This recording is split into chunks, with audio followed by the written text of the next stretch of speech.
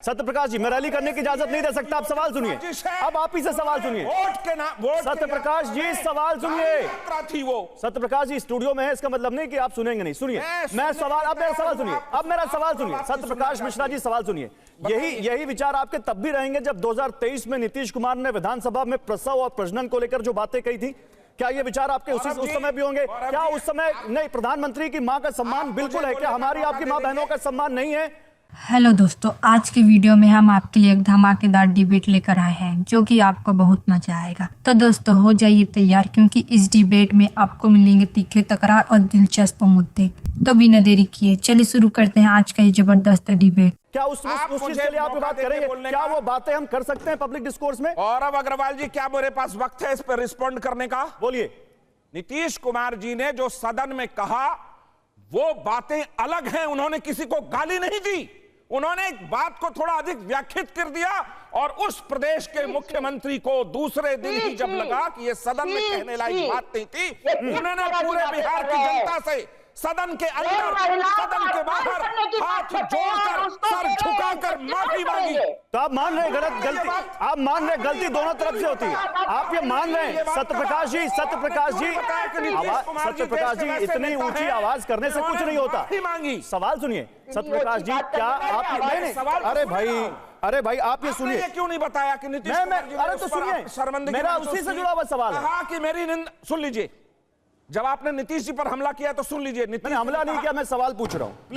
बोलिए। This is pathetic वे। उन्होंने कहा कि मेरी जितनी भी निंदा की जाए इस बारे में वो कम होगा। इतना बड़ा नेता आपने देखा है जो सर झुका के माफी मांगता हो देश में? नीतीश कुमार जी की वो बात वहां समाप्त हो जाती है और नीतीश कुमार जी ने किसी महिला को गाली नहीं दी थी। उन्होंने सवाल फिर वही बात, मैं आपसे पूछ रहा हूं, अब आप ट्विस्ट कर रहे हैं। सत्य प्रकाश जी, मुझे दूसरे पैनलिस्ट के पास जाना है। सत्य प्रकाश जी, मुझे दूसरे पैनलिस्ट के पास जाना है। आप ट्विस्ट, एक मिनट रुकिए। सुजाता पॉल जी रुकिए, सुजाता पॉल जी रुकिए, सुजाता पॉल जी रुकिए, सुजाता पॉल जी रुकिए।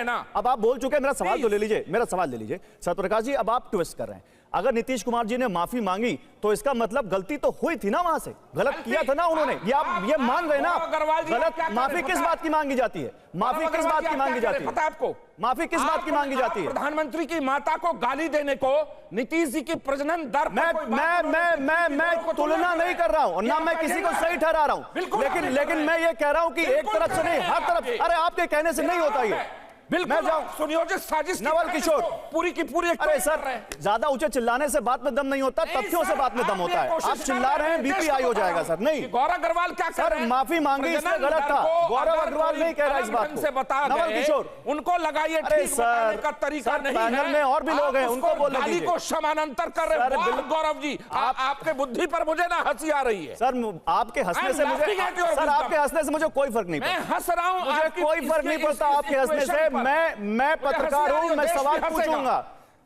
मैं पत्रकार हूं, सवाल पूछूंगा। अगर आपको चुभता है, सर चुभता है तो इसमें मुझे कोई दिक्कत नहीं। इसका मतलब मैंने सही सवाल पूछा है। Naval Kishore, okay sir, derail हो रही बस। नवल किशोर, सवाल यह है कि आप कुछ भी कहिए, आप मुद्दों पर कोई भी आरोप लगाइए, लेकिन जाहिर सी बात है प्रधानमंत्री की मां का अपमान कोई नहीं कर सकता। और अगर आपके मंच से अपमान हुआ है तो आप जिम्मेदारी क्यों नहीं लेंगे? आप उसको बीजेपी के एजेंट बना के पल्ला कैसे झाड़ लेंगे? गौरव जी, सरकार को उस पर कार्रवाई करनी चाहिए थी, किया। यहाँ पे तो नीतीश कुमार जी ने खुद किया और माफी मांगा। नरेंद्र मोदी जी ने जो खुद बातें कही हैं, वो चाहे कांग्रेस को लेकर, सोनिया गांधी को लेकर जो कही है, कभी उन्होंने माफी मांगा है? आपकी आवाज कम आ रही, थोड़ी आवाज बढ़ाइए इनकी। नवल किशोर जी की आवाज बढ़ाइए। सांसद, हाँ बोलिए, आप बोलिए। और स्टूडियो में भी आवाज दीजिए, हमारे दर्शकों, हमारे जो गेस्ट है उनके लिए आवाज दीजिए। हाँ, स्टूडियो में आवाज दीजिए। पानी भिजवा दो यार। बोलिए नवल जी। सदन, अच्छा देखिए, जो शब्द प्रधानमंत्री ने खुद कहे, अपमानित किया सोनिया गांधी को और किसी महिला को, और कई शब्दों का इस्तेमाल किया जो मैं कह भी नहीं सकता। कभी उन्होंने माफी मांगी? जब सदन में उन्हीं के दल के एमपी एक दूसरे साथी एमपी को धर्म से निर्देशित गाली दिया, उन्होंने माफी मांगा। अनुराग ठाकुर ने खुले मन से गाली दिया, क्या उन्होंने माफी मांगा? उनके अपने दल के उप मुख्यमंत्री बिहार सदन के अंदर में उन्होंने गाली दिया, भाजपा के विधायक ने गाली दिया, वो क्या उन्होंने माफी मांगा? यहाँ पर तो नेता लोग जब गाली देते हैं तो माफी ही नहीं मांगते भाजपा। तो ये इसका जस्टिफिकेशन, नवल किशोर आप तो प्रोफेसर हैं, ये जस्टिफिकेशन हो सकता है? नवल किशोर जी, ये जस्टिफिकेशन हो सकता है कि प्रधानमंत्री के दूसरे नेता ने अगर ऐसा किया तो प्रधानमंत्री की मां को अपशब्द कहें, ये जस्टिफिकेशन हो सकता है इसका? गौड़ा जी बिल्कुल नहीं, मैं जस्टिफाई बिल्कुल नहीं कर रहा हूं। हाँ। मैं तो सिर्फ यह बताने का कोशिश कर रहा हूं कि जो गलती जिसने की है और आपकी सरकार है, आप उसको पकड़िए। जो गलती जो नेता ने नहीं किया उससे माफी क्यों मंगवाना चाहते हैं? क्योंकि आप एक भ्रम फैलाना चाहते हैं कि हम लोग गाली। उसका एक तर्क है नवल किशोर जी, उसका एक तर्क है नवल किशोर जी, नवल किशोर जी, उसका एक तर्क है नवल किशोर जी।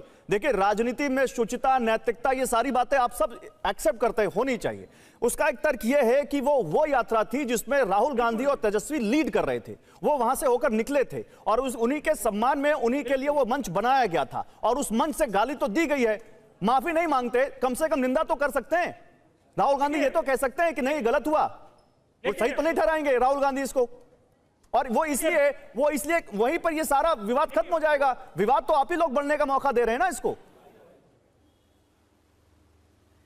देखिए, वोटर अधिकार यात्रा जिस उद्देश्य को लेकर आगे आया था कि दलितों, वंचितों, कमजोर वर्गों के वोट को बचाया जाए और उसके लिए हम जमीन पे उतरे थे, वो पूरी तरह सफल हुआ और जमीन पर उतर कर दूसरों की मां को गाली देने का काम किया। जो कि मुद्दा को आप बताइए कि देखिए कि प्रधानमंत्री, आप क्यों बीच में बोल रही है?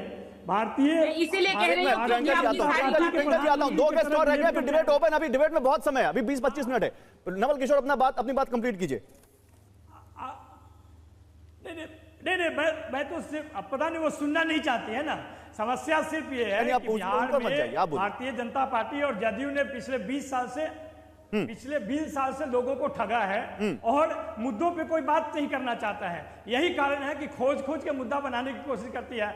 माफी तो उनको मांगना चाहिए, मंगलसूत्र के लिए माफी मांगना चाहिए। ऐसे कौन सा शब्द उन्होंने नहीं बोला है भारतीय जनता पार्टी के नेता और देश के प्रधानमंत्री जिस पर कि सवाल नहीं उठाया जा सकता? ठीक है, तो फिर आप इधर गिनाइए, वो उधर से गिनाए, और वो राजनीति में शुचिता और नैतिकता की बातें करते रहे। ठीक है, एक मिनट आप ही बोलिएगा, 2 प्रवक्ता और हैं, फिर आप बोलिएगा, आप ही का नंबर होगा। समीर चौगावकर निकल जाएंगे ऐसा? नहीं, बिल्कुल कैसे निकल जाएंगे, ऐसे कैसे निकल जाएंगे आप? अभी रुकिए, मैं आ रहा हूं आपके पास। समीर चौगावकर, जल्दी से, क्या ये मुद्दा अब सारे मुद्दों पर हावी हो जाएगा? क्या ये ऐसा इमोशनल कार्ड है जिसका तोड़ विपक्ष के पास नहीं होगा? और कई उदाहरण हैं जहां पर ऐसे चीजों का उनको नुकसान हुआ है 2014 से लेकर अभी तक। क्या एक बार फिर से इतिहास ऐसा दोहराने वाला है? निश्चित रूप से मुझे लगता है कि एक सेल्फ गोल के रूप में इसको देखा जा सकता है महागठबंधन की तरफ से बिहार में। देखिए, वो कांग्रेस का कार्यकर्ता था नहीं था, वो कांग्रेस का मेंबर था नहीं था, राहुल गांधी उस समय मंच पे थे नहीं थे, ये सब बातें बेमानी हो जाती है जब दिख रहा है कि आपकी वोट अधिकार यात्रा रैली चल रही है और वो मंच राहुल गांधी और तेजस्वी यादव के लिए बनाया गया था। ठीक है, राहुल गांधी उस मंच पर नहीं थे जब वो गाली दी गई, लेकिन परसेप्शन की बात है ना। आपके झंडे बैनर वहां लगे हुए और कोई व्यक्ति प्रधानमंत्री मोदी जी की मां के लिए अपशब्दों का प्रयोग कर रहा है। राहुल गांधी को सिर्फ एक लाइन का ट्वीट कर देना था कि भाई हम इसका समर्थन नहीं करते, इसकी निंदा करते हो, जिसने कहा उससे गिरफ्तार किया जाए। कांग्रेस पार्टी का इससे